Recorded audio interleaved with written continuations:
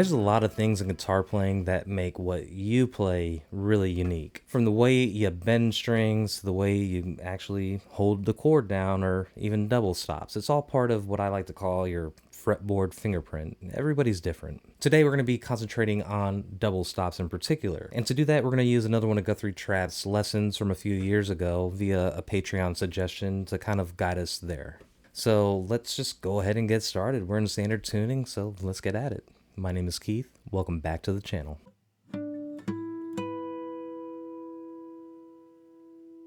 All right, so welcome back. This is going to be the final lesson or video that I make in this house, this studio, because next week I am moving. So the new studio might be under construction for the next few, but we'll get there. But before we start, just want to let you know all tabs, charts, diagrams, everything you see in this video will be available for free via my Patreon. All you have to do is be a free member. And to those paid members, I really appreciate it. I can't express thank you enough. So it just completely keeps me motivated and keeps the lights going. So thank you.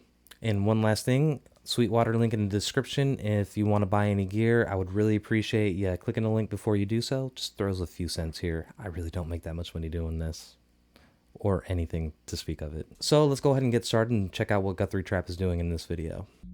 But like this, for example, you've seen me do this little R&B.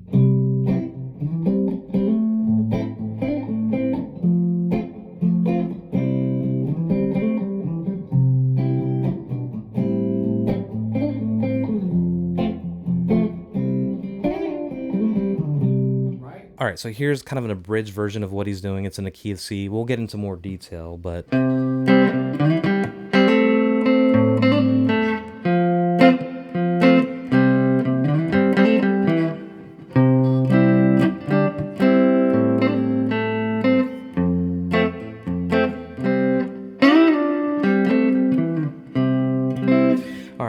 So the reason that I wanted to emphasize this particular kind of riff that he went through is because it involves a lot of double stops. We're going to go through everything in detail. So let's just hop down. We'll go over the chords and dive deep into it. All right, so what do we got going on here? It's a 1-4-5, so that's a C is the 1, the F is the 4, and the G is the 5. So we're going to go over the chords here. He's doing C, and he plays the C in a few different ways. He has this A-shaped C. We use that quite a bit. We have this G-shaped C. This is the money area right here. This is where all the really cool double stops lay, in this shape. And finally, we have the E-shaped C.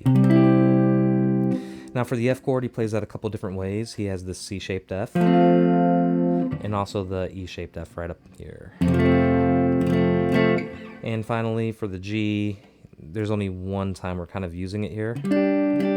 The D-shaped G right here. But let's go ahead and get at the root of this lesson, which is the double stops and the actual progression. So to begin the progression, we're starting with this A-shaped C. We're establishing it by hitting the root, which is the 3rd fret of the A string, and just kind of giving it a little. And then after we do that, we're going to run up the diagonal pentatonic scale for the C, so we land in this G shape. So we're going from this A shape to this G shape. Right off the bat, you see those double stops already happening. So let's explain that and stop here because, like I said before, all the money is right there. So again, A shape. Now, the key to doing most of these double stops here is barring across the 5th fret in this triad here on the D, G, and B strings, and sometimes the A string, but we're going to concentrate there. So now when we roll up here, everything's planted, and I'm hitting the D and the G strings together, and then hammering on the 7th fret of the D string. Now, it's here where I would encourage you to kind of mess around with different double stops in the 3-string combinations of the A, D, and G strings while keeping your finger planted. There's a double stop there, and then on the G string. And then the A and the D string. Hammer on the A from the 5th to the 7th. Everything's 5th to 7th here. When you're playing it like that, it doesn't sound great, but when you're doing it It sounds a little bit better. So he's doing that hammer on, and then a little flurry on the G string, and then right here to that F, which is the next chord. And then I would encourage hitting that root first, and then kind of doing that little stab down, right?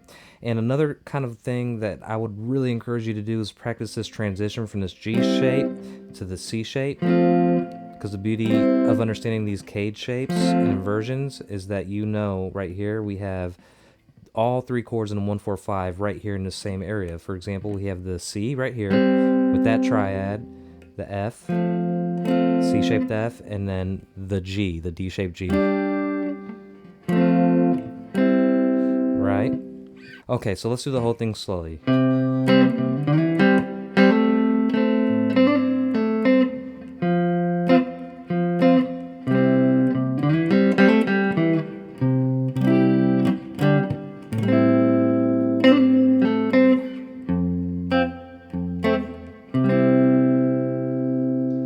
And one final bonus here, at the end, when he ends it on that C, he does this little guy here. And what is that? That's the 7th fret of the G string, 6th fret of the B string, and sliding that up a couple frets. And then again with the double stops. I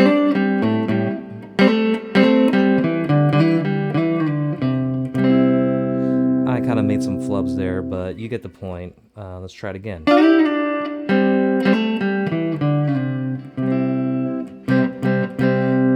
Might be going out of tune, but one thing I did want to emphasize again, that G shape and all these double stops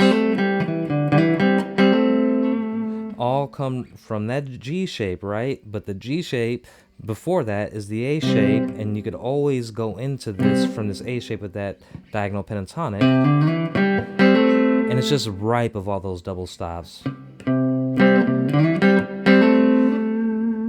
And I mean, just any A shape. So this is an A shape G.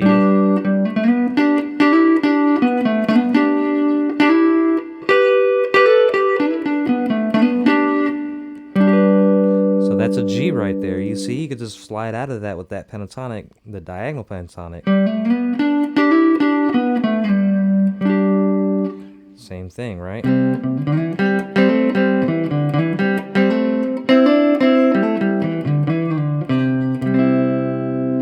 It's just sounds so great. I mean, this is exactly the stuff that Jimi Hendrix did all the time. Just listen to Little Wing. It's a beautiful sound. So anyway, I really do hope that helped. And if it did, please give me a thumbs up and like and subscribe if you haven't already. So with all of that, I hope you have a wonderful day. And I will leave you with one final clip sped up of me tearing down for the final time this studio. So take it easy. I'll talk to you later. Bye. Very fitting.